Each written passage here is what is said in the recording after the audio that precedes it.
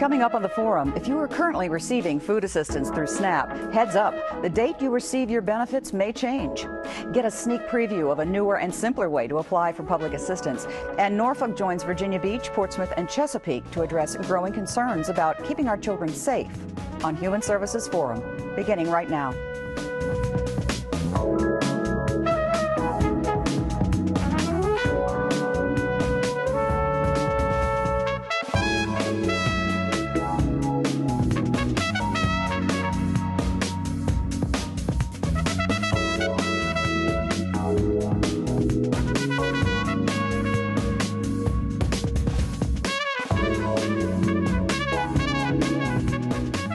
Hello, I'm Jan Callahan, and welcome to the Forum. If you receive benefits through the Supplemental Nutrition Assistance Program known as SNAP, just when you receive those benefits is about to change. Stacy Taylor is an eligibility worker with the Department of Human Services in Norfolk, and she's going to join us here to explain a little bit about this timetable of when people receive public benefits. I know there's been a lot of activity and a lot of effort to get the word out, so this is just one more way, Stacy. We have a lot of people that do receive this benefit. We do. Yeah, so that keeps you fairly busy? Really busy, really busy. The change is going to take place over a 2-month period, starting in September. Okay. The final implementation will be October 2012. Okay, so in September and October is when people who are receiving them now are going to see a difference for some of them as to when when their cards are actually loaded with the benefits. Right now, how does it work right now? Right now, the clients are receiving their benefits the first of every month. Okay. Beginning September, the change will take place. The issuance date would depend on the last digit of the customer's case number. Okay. Yes, and the case number is noted on their notices. Okay. And it's not the 16-digit number on their EBT card. Okay. It's a 7-digit number, and their issuance date again would depend on the last number of their case number. Okay. Up here on the screen we have the timetable. It shows the case number on the left-hand side, and that's the case number, not the number on your EBT card. And those ending in 0, 1, 2, or 3 in September will receive their benefits on the first day of the month, and in October and after the first day of the month. But as the numbers change, the ones ending in 4 and 5, or 6 and 7, or 8 and 9, you see there are some changes coming along. In September, for those ending in 4 or 5, the 4th day of the month instead of the 1st. And by October, the 4th day of the month. For those ending in 8 or 9, it's like the 4th day of the month in September and the 9th day of the month in October. 9 days is a big, that's more than a week for some people, so that change is significant if you really have to plan around when you get that nutrition assistance. Right. So we are encouraging clients to contact the local agency if they need outside help. We have resources for them. They may want to refer to the food bank if need be.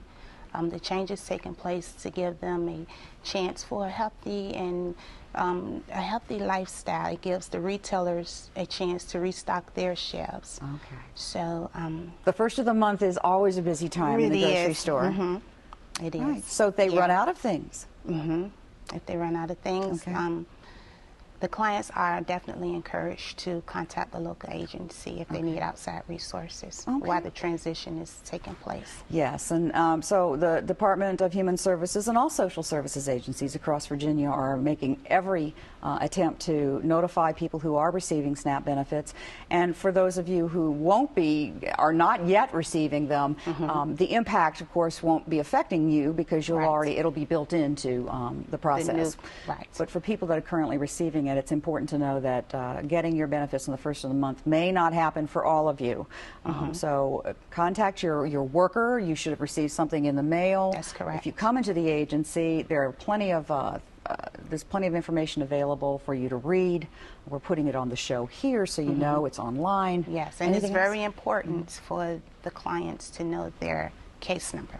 Right, case number, not the 16-digit. Yeah, not the EBT card number, but your 16-digit case number, and that can be found where? On their notices. They can contact their worker and get the case number if they have notices from the agency. It says case number, and it Okay. gives you a 7-digit number. Okay, great. And again, because for some people that staggered issuance, as they call it, may mean that you're getting benefits even a little more than a week later than you normally would come October, you have to think maybe ahead a little bit too, Right. and try to stretch. Be mindful of your spending. Okay. Be mindful of your spending. Yes. Which we should be all the time, but particularly now because Right. With the but there change. are resources that you can turn to, which is a very important thing for people to know. Yes. That it's not just, well, you know, you're going to have to tough it out, but this is to really make it better for everyone, I would Everyone. imagine. Yes. Retailers too. Yes. Yeah. So the first of the month, when you go, yep, it's the first of the month, and everybody's at the grocery store. That should be changing after a while, and Right. and so everybody will, including the retailers, will have a chance to be able to provide or to receive the food that they come in there to get. That's so, correct.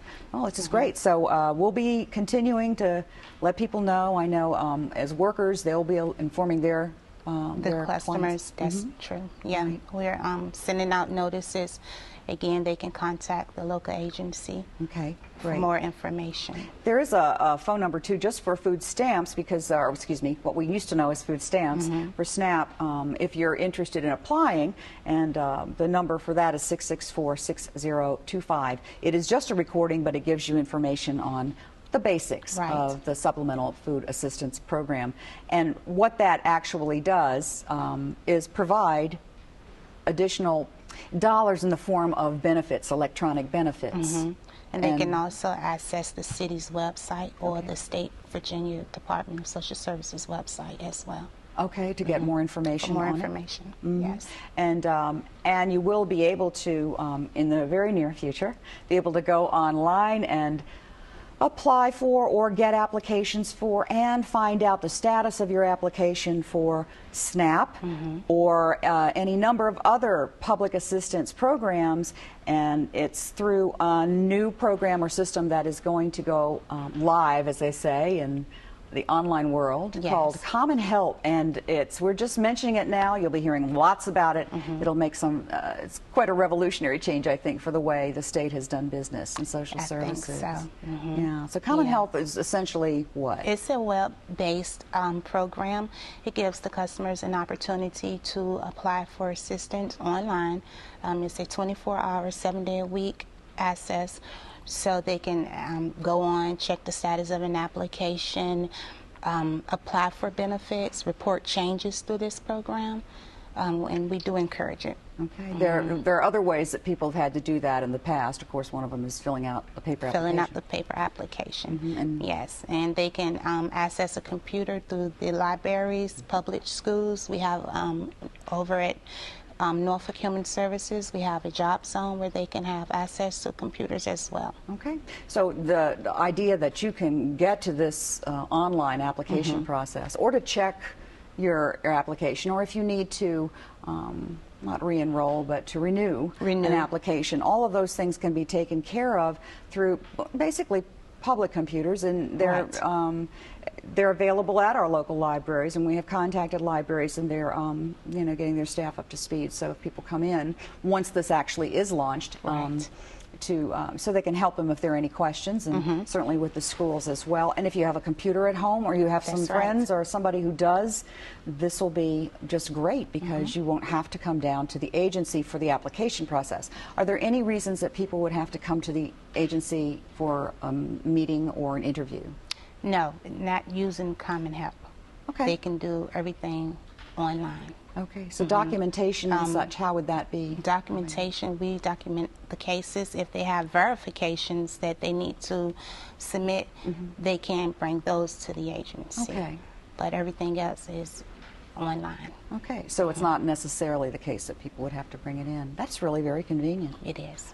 And particularly for people who have difficulty getting outside and getting around, it's just very handy, and it's And they can even mail the verifications in versus coming down to the agency.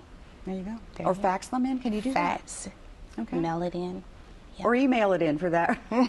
Address, Scan it, Yeah, email there you it. go. There you go. So anyway, we're coming into the 21st century. Yeah. Loud and clear, and this is good news for just about anyone who may need some assistance, and the SNAP program falls into the Right. programs that can be applied for through this Yes. method. SNAP, TANF, Temporary Assistance for Needy Families, child care. It can all be done through Common Help online.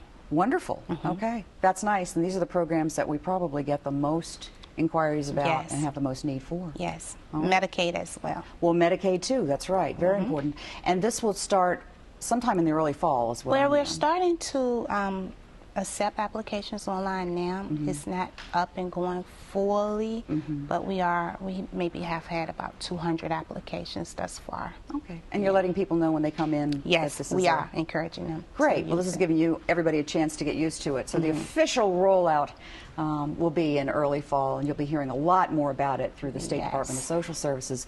But for the time being, if you're curious, you can certainly come by and you can ask or call and ask, and somebody can probably help you through it. Yes. So we're just doing what they call the soft rollout right now. So we don't want to jump the gun, but on the Right. other hand, it is starting to happen. So really exciting stuff. It's Yeah. changing the way you do your work. And making it easier for the customers. Yeah, well, that's what it's all about, too. Yes. We don't need any more stress. No. All right. Thank you, Stacy. This You're was great. welcome. Good Thanks for information. having me. It's a pleasure having you. Thank you. Well, when we come back, social workers, directors, and child advocates from Southampton Roads come together to discuss regional solutions for issues surrounding the well-being of our children. Don't go away.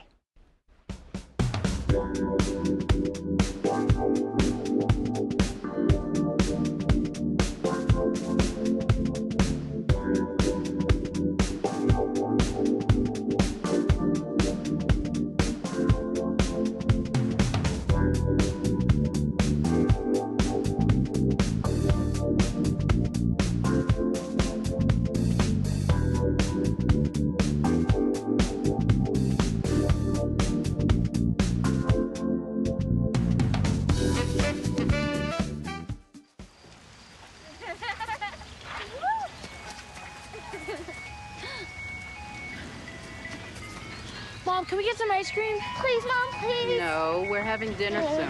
Please.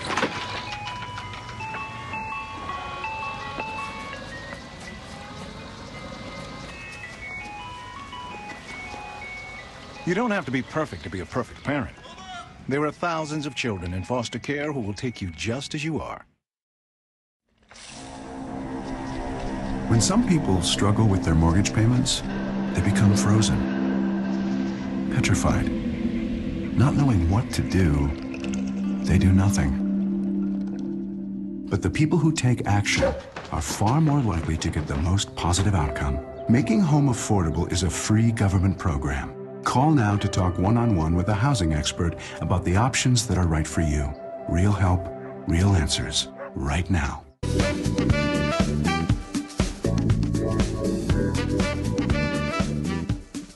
The safety and well-being of our children is not a given. It requires the support of our communities and the people who live and work there. On July 16th, Human and Social Services directors from Norfolk, Portsmouth, Virginia Beach, and Chesapeake invited community leaders, partners, and citizens to work together to develop a plan that addresses our region's concerns about child safety and well-being.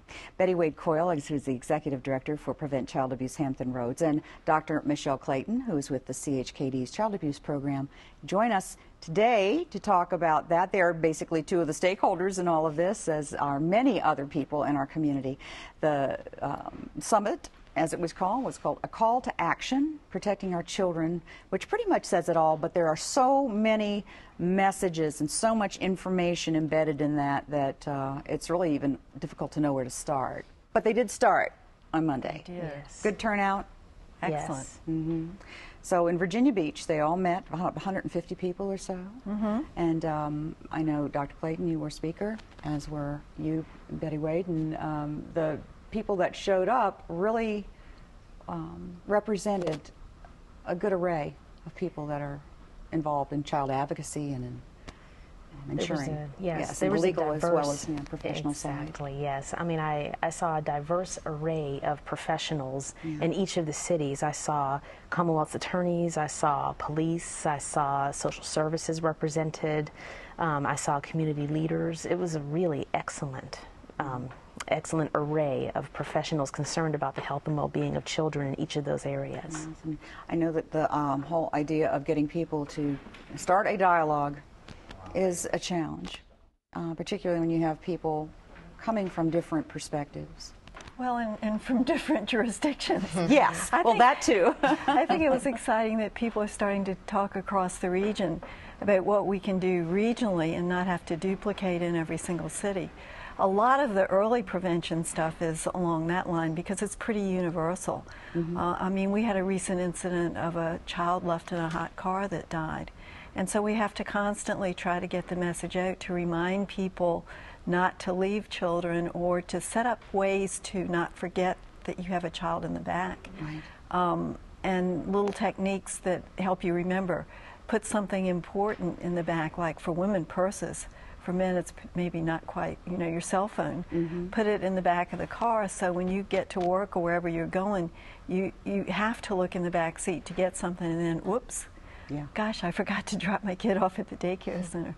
So again, we're always working on educational techniques to help people prevent terrible accidents as well as abuse and neglect. And the accidents and abuse and neglect, the numbers can change from year to year, but one is one too many. One is one too many. And the same problems persist from year to year. Like we had discussed at the summit, the leading cause of accidental death among young kids, ages 15 to, you know, among kids is accidents. You know, motor vehicle crashes is always a leading cause of death for kids in our region, with teenagers being most often affected, but certainly younger age groups are affected also. Drownings, falls, those things persist year to year. And so as much as we do for public safety, like you said, even though there might only be 1 or 2 children who drown each year, one is far too many. And these are things that we need to continue to work on together as a region. And then, of course, we always have staggering numbers of children who are abused or neglected. With last year, over 14,000 calls being made to Child Protective Services from the Eastern region alone, with over 1,000 founded cases in the Eastern region. Over 600 of those were in the city of Norfolk. Okay, so that says that, you know, we have a lot of things to address that don't go away the next year. And with new parents being created all the time, we always have a turnover of new people that are going to be experiencing the stresses and the joys of parenthood, and then there are the new children who have to come up and grow up through those types of the behavior. Deal with the behavior of the parents. Kids do not come with instructions. No, they don't. No, they don't. And they should. I know, but where would you start, you know? I mean, maybe there's something to that, you know? That's well, right. I can answer it a little bit. I'd really like to see the state go back to examine family life education, because years ago in Norfolk, I sat on the team that developed our curriculum, and it started in kindergarten and went through 10th grade, and it talked about relationships. It talked about families, different kinds of families. It talked about financial management, nutrition, all of the things that are so important to life. There ought to be an SOL for family life. But clearly, the state has backed off of that, in that it used to be a mandate that every jurisdiction taught it. Now it's sort of a may. And so I think people aren't taking it as seriously when you have to look at reading and arithmetic. But I think it's more important in some ways than reading and arithmetic, and I'd like to see the state take a new look at family life education as a way of giving people some instructions before they have their kids. Yes, and you know, you mentioned even the financial end of it, because that is such a big stressor in any life or relationship, and how it can lead to so many other things. The practical types of instruction, things that you're going to have to deal with in every day of your life, being incorporated into classes. I know there have been attempts to do that. Even nonprofit or community services organizations are trying to offer this stuff, but it isn't all in one place. It's not a part of it's not embedded into well, it's not embedded into habits and culture, and I think that's one of the things too. You know, if you start out early with a kid and their allowance and teach them how to save if there's something that you want, and how to plan and manage their money, then that's a skill that follows them throughout their lifetime. But the parents have to learn it first. And Right. So it just, you know, and a lot of parents don't know how to do that. And it points points to a broader cultural issue. Certainly we can teach parenting skills, we can teach people how to find healthy relationships, but children need to understand that having a child while they're in high school or as soon as they get out of high school isn't their only option for their life. So children need to there needs to be a way of presenting options to children so they can understand the different paths that they can take with their life and understand that there's a lot of options open to them. Yeah. There's just a whole treasure trove of things to explore still. And it's so holistic. It is. And it involves everybody. And I think that was the other thing with the call to action, to take it beyond the professionals into the community and make everybody take ownership of the well-being of our children. You know, we've talked a little bit, and you mentioned the whole idea of the common threads and common themes that each of the cities has emerged in some of these discussions, even in their breakout groups. You come together and find out that, yeah, you know, we agree on certain things, and that helps, but there are just some very interesting concerns in each of the cities that I think are worth mentioning here. We have in Norfolk, you know, the concern about the lack of affordable, safe childcare. Absolutely. I would think that Norfolk's not the only city that's dealing with that, but it's a very big concern. There are so many implications in that, you know, in Portsmouth, that, you know, you have parents who may or may not be following the rules of safety to have child seats or car seats in there for their children, or to strap in, have their teenagers, you know, using their seat belts. Again, it probably happens in other cities. What were some of the other things? I know that there were a number of things that emerged from some of the breakouts.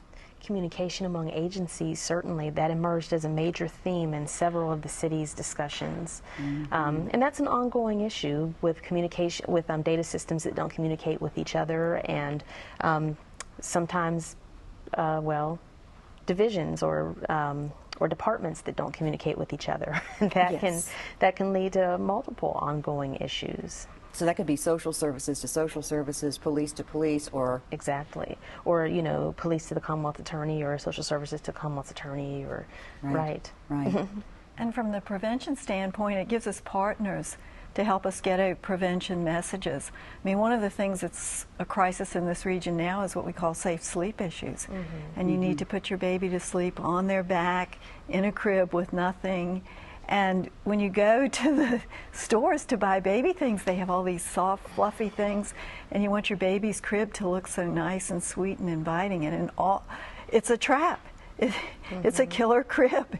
And to educate people what's a safe crib and what's not a safe crib, to put some pictures and some posters in some places where people that have babies or are going to have babies come, that's a great partner to have to help us get those messages out. Because culturally and generationally, that's a very tough one to change, isn't it? Yes, it is. Absolutely. Well, again, we did get a lot of people to start putting babies on their backs. And that made a huge difference because we saw numbers go down. Yes. So it's getting out these messages. I mean, we know that seat belts, use of seat belts and car seats decrease deaths. So it's just to continue that as a cultural thing to make sure people do it all the time. Helmets. Yes. When you're riding your bicycle or your skateboard, make a lot of difference. Yes, it could. Absolutely. So there, you know, with the 4 cities, each of them having something. I didn't get a lot from Chesapeake. That doesn't mean they didn't discuss a number of things. Did either of you? Well, again, I think we all have the universal issues that we're looking at. I think one of the things they talked about was housing, too. Everybody seemed to say that families are struggling with affordable housing. Right, affordable, safe housing. It's the same Right. thing. It's all about, you know, where a child lives and the environment in which that child's growing And up. the health of that environment. Exactly. Yes. And they're certainly not the only city in the region facing that issue. I think that's something universal. Right. Yes. And these are all, as you said, common themes. And we talk about a lack of resources, and that extends, of course, to even a group of cities that gets together. It's like, how can you afford this? How can we get people to commit? Right. Well, I think a really good example of a regional commitment is Kids Priority 1, which is a database of all the resources in Hampton Roads. You can search it by city, so it can become localized. And it's user-friendly, so if you have a program or a service that you want to get out there, you call Kids Priority One or send them a little paragraph, and they'll post it. I mean, when we had the Penn State incident, and people were real concerned about how can I protect my child or how can I know and all that stuff. I mean, within 2 hours, we had links to major national sites that gave parents a lot of information on what was doing. And every city didn't have to do that individually. We could do it as a team. So the more that we get that kind of stuff together that's doable, because it's universal to everybody, the more we can push the ball forward. Right. The number and the website you just saw on the screen, it's 757-CHILDREN, or the Kids Priority One, all one word, .org. Great resource. Even if you're a parent at 3 in the morning stressing out because you don't know how to keep your baby, get the baby to stop crying, these are the resources that, you're right, we need to let people know more about, that they're out there, because people don't know. Right. That's one of the big problems with resources, not just a number of resources or amount of resources, but helping people first know that they're there and increasing their accessibility or their access. And creating that network so that everybody knows about it. And I guess that's where we really are with the communication end, is that we really need to be able to all agree and all continue to promote and use the common things that help. We've got a great program called Text for Baby. So if you're pregnant or have a brand new baby, they send you 3 free text messages a week about babies, pregnancies, and how to link with resources. And that's something everybody can use. Again, there's there's so much out there. It's a matter of just knowing that it is. And that people know how to get to it. But it sounds like at least there's a start. Well, and I think we see some organization around it too. I think each city has committed to meet during the year and then come back in a year and meet as a region and sort of map our progress towards working on these goals. Yes. Well, it'll be exciting to see just how those things progress. And I want to thank you for coming and joining me to talk a little bit about something that just recently happened. And, and I think people left feeling like, oh, this was good conversation. So now we're just ready for some action. Exactly. That's right. Thanks and all of us can act. Yes. Not just you and me, but all of you. The whole community. All right. Yes. Thank you, Dr. Clayton. Thanks, Betty. Thank you. And thanks for joining us. We'll see you again next time. Bye.